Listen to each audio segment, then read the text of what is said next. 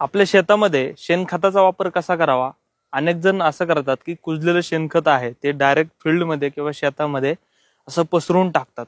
परंतु माझ्या पाठीमागं हे जे शेडनेट बघताय या ठिकाणी हे तुम्हाला काकडीचं पीक दिसतंय आणि या शेतकऱ्याने आपल्या शेतामध्ये अगदी ज्या ठिकाणी मला बी लावायचे त्या ठिकाणी खड्डा करून अशा पद्धतीने खड्डा करून ते एक मूठ शेणखत या ठिकाणी टाकलेलं. या ठिकाणी तुम्ही बघू शकता शेणखताने अगदी मऊ झालेली माती तुम्हाला दिसेल.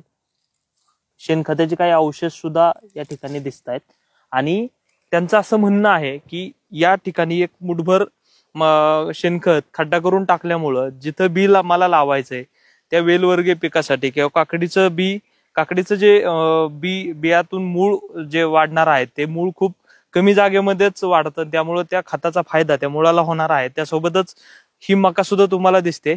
मक्याचं सुद्धा अशाच पद्धतीनं मुळं खूप लांब जात नाहीत म्हणून त्या मुळाला तिथल्या तिथंच फायदा होणार आहे. आणि जे काही इतर पद्धतीमध्ये आपण पूर्ण क्षेत्रामध्ये जे खत पसरवतो त्यामध्ये आता मधल्या पट्ट्यामध्ये जर आपण बघितलं तर कुठल्याही प्रकारचं पीक नाहीये, तर मग या खताचा शेणखताचा वापर झिरो होतो किंवा ते शेणखत वायाला जातं. म्हणून अशा पद्धतीने खत टाकलं पाहिजे असं त्यांचं म्हणणं आहे. तुम्ही कशा पद्धतीने खत टाकता किंवा तुमच्या बेडमध्ये कशा पद्धतीने बेड भरता आणि ही पद्धत जी आहे ती चुकीची आहे का बरोबर आहे हे आम्हाला कमेंट करून नक्की सांगा.